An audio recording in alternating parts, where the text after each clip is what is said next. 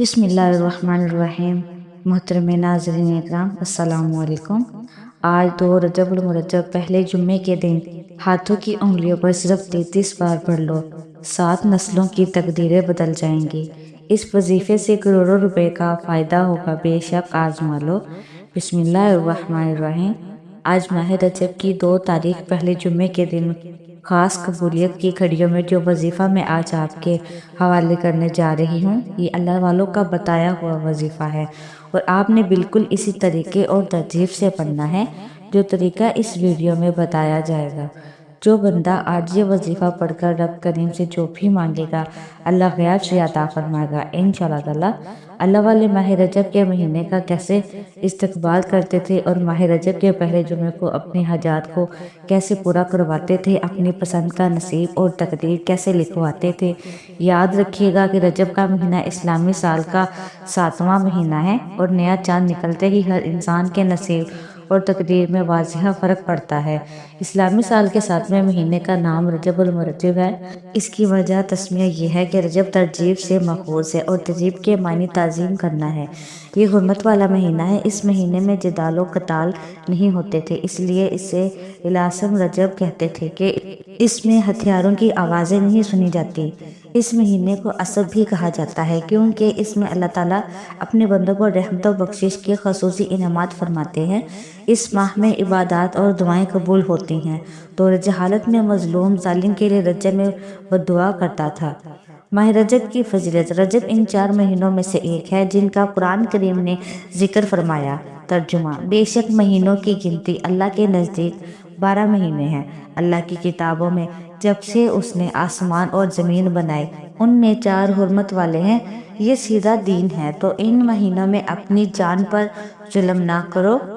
سرکار کوثر ثقلین لکھتے ہیں کہ رجب کا ایک نام مطہر ہے۔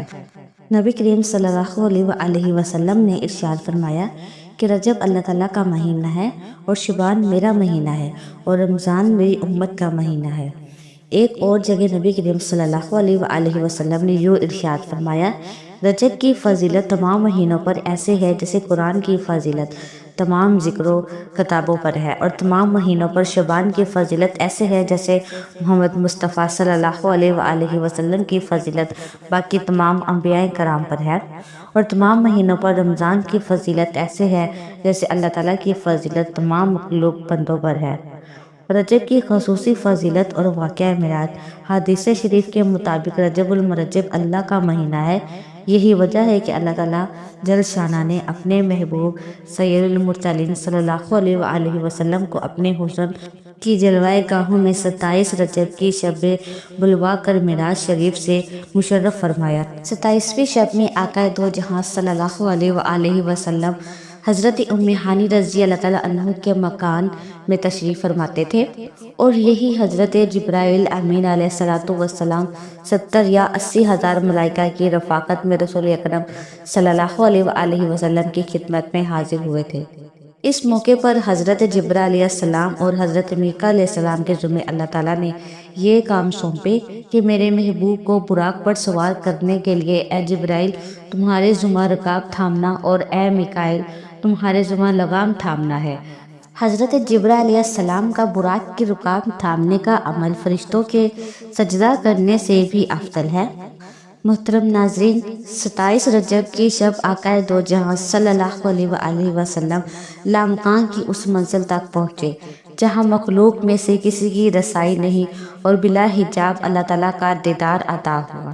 اللہ تعالیٰ کی بے شمار نشانیوں کا ملاحظ فرمایا۔ اللہ تعالیٰ جل شانہ کے اسماء صفات کے تجلیات کے ظہور کے مقامات و طبقات سے گزر کر انہی صفات سے متصف ہو کر اللہ تعالیٰ کی ذات و صفات کے مظاہر ہوئے۔ بعد از قیامت اور بعد از جزا سزا جو کچھ ہوگا آپ صلی اللہ علیہ وآلہ وسلم نے دیکھا، اور یہ کمال اللہ تعالیٰ نے آپ کو ہمیشہ کے لیے عطا فرمایا، امت کے لیے شفاعت کا حق حاصل کیا۔ شب معراج میں انبیاء مرسلین علیہ السلام اجمعین سے نہ صرف ملاقات کی بلکہ ان سب پر آپ کی فضیلت واضح کرنے کے لیے امامت عظمی کبریٰ کا منصب آپ صلی اللہ علیہ وآلہ وسلم ہی کو عطا ہوا۔ نماز کی فرضیت کا حکم اللہ تعالیٰ نے خاص اپنے حسن الوحید و ربوبیت کی جلوائی گاہوں میں عطا کیا۔ اول 50 نمازیں فرض ہوئیں، پھر کم ہوتے ہوتے 5 باقی رہیں۔ نماز کی فرضیت و اہمیت سے بچوں کو آگاہ کریں۔ یہ بھی یاد رکھیں کہ معراج شریف کی سفر مقدس کے 3 مرحلے ہیں۔ اول اسرا یعنی مسجد حرام سے مسجد اقصی تک، دوم معراج حصہ اول یعنی مسجد اقصی سے کہکشاؤں کا سفر آسمان اول تک، حصہ دوم یعنی آسمان اول سے آسمان ہفتم اور سدرۃ المنتہا تک، سوم اعراج یعنی سدرۃ المنتہا حضرت جبرائیل امین علیہ السلام کا مقام آخر سے لے کر عرش و کرسی اور لامکان اللہ تعالیٰ جل شانہ کی حسن اور وحیت، جمال، ربوبیت اور جلال، تقدس، قدرت کی جلوہ تک ہے۔ خود بھی تلاوت قرآن پاک کریں اور بچوں کو بھی کرنے کا کہیں۔ تو ناظرین، اب ہم بلا تاخیر اپنے آج کے وظیفے کی جانب چلتے ہیں، لیکن اس سے پہلے آپ سے گزارش ہے کہ اگر آپ اس چینل پر نئے ہیں اور آپ نے اس چینل کو ابھی تک سبسکرائب نہیں کیا تو چینل کو لازمی سبسکرائب کریں، کیونکہ ایسے بہت سے وظائف، بہت سے عمل آپ کے حوالے ڈیلی بیسس پر کرتی رہوں گی۔ اب عمل کیا ہے؟ آج 2 رجب پہلا جمعہ مبارک، آج کا پورا دن پوری رات آپ کے پاس موجود ہے۔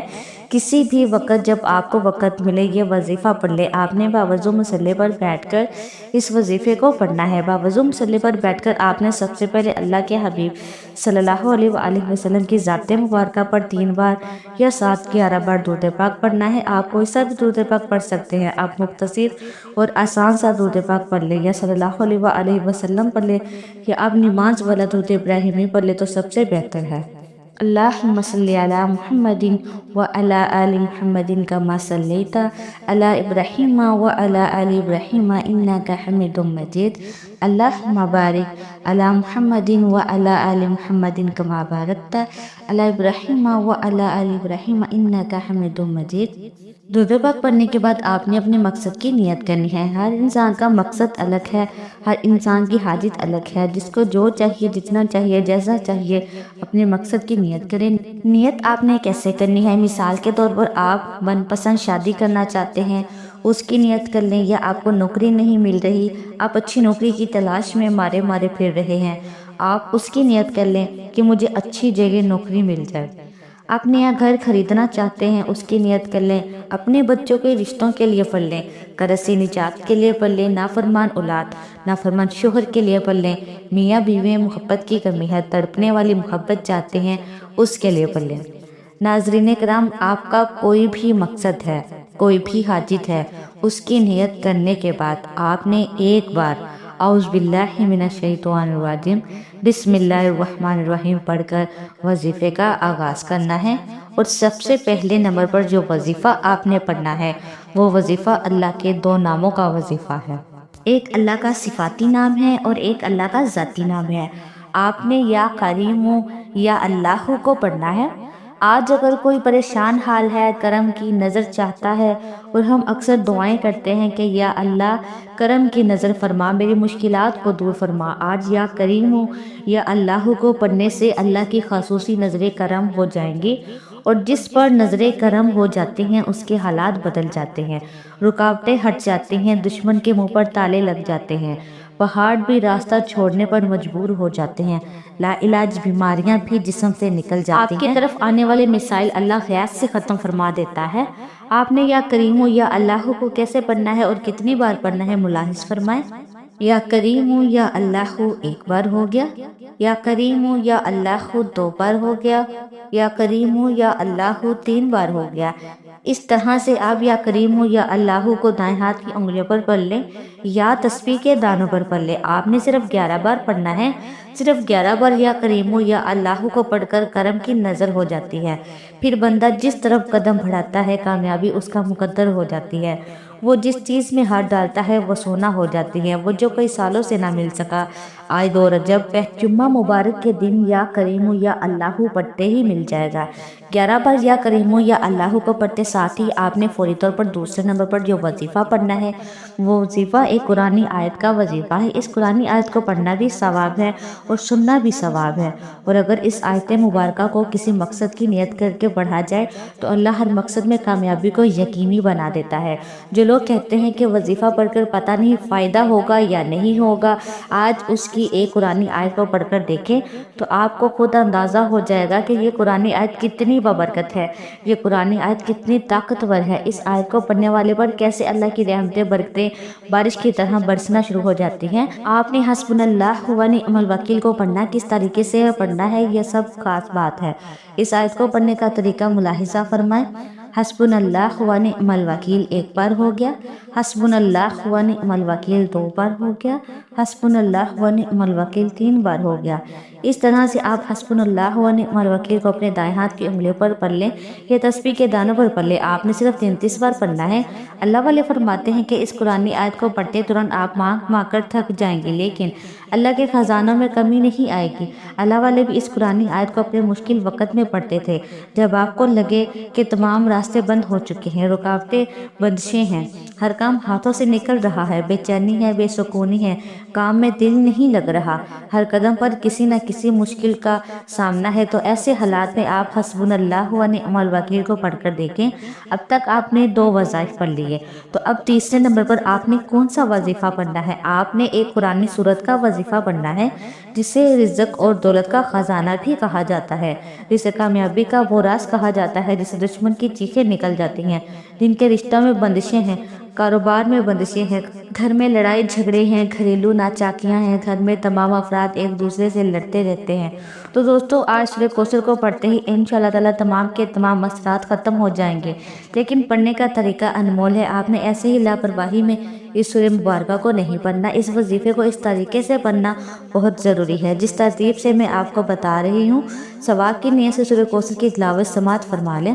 بسم اللہ الرحمن الرحیم، انا اعطیناک الکوثر فصل لربک وانحر ان شانئک هو الابتر۔ آپ نے تیسرے اور آخری نمبر پر سورہ کوثر کو صرف 29 بار پڑھنا ہے، اور جب آپ 29 بار سورہ کوثر کو پڑھ لیں تو آخر میں فوری طور پر آپ نے آقائے دو جہاں حضرت محمد مصطفیٰ صلی اللہ علیہ وآلہ وسلم کی ذات مبارکہ پر اتنا ہی درود پاک لازمی پڑھنا ہے جتنا آپ نے عمل کے شروع میں پڑھا تھا، کیونکہ اول اور آخر درود پاک کے بغیر کوئی بھی وظیفہ مکمل ہو ہی نہیں سکتا۔ آپ نے ان 3 اعمال کو بتائے گئے طریقے، ترتیب اور تعداد سے پڑھنا ہے۔ اگر آپ اپنی منمانی کریں گے، اپنی تعداد اور طریقے سے وظیفے کو پڑھیں گے تو پھر وظیفے کا کوئی فائدہ نہیں ہوگا۔ یہ وظیفہ پڑھنے کے بعد آخر میں آپ نے اپنے گناہوں کی سچی توبہ کرنی ہے۔ جب تک دل کو سکون نہ ملے بار بار اپنے گناہوں کی سچی توبہ کرتے رہیں۔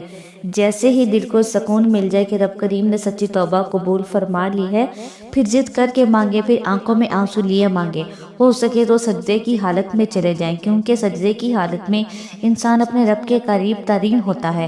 پھر اللہ کریم سے پیارے حبیب کی سفارش کروا کر دل ہی دل میں مانگتے چلے جائیں، دل ہی دل میں اللہ سے گزارش کریں کہ وہ آپ کی دعا کو قبول فرما لے۔ دعا ہے کہ رب کریم میرا سنانا اور آپ کا سننا اپنی پاک بارگاہ الہی میں قبول و منظور فرمائے، جو مانگا مقدر فرمائے، جو نہیں مانگ سکے بن مانگے عطا فرمائے، آمین۔ ناظرین، اپنے رزق میں برکت اور وسعت کے لیے اللہ تعالیٰ کے 99 ناموں میں سے کوئی ایک نام کمنٹ میں ضرور لکھیے گا۔ اللہ تعالیٰ ہم سب کا حامی و ناصر ہو، آمین۔ السلام علیکم ورحمۃ اللہ وبرکاتہ۔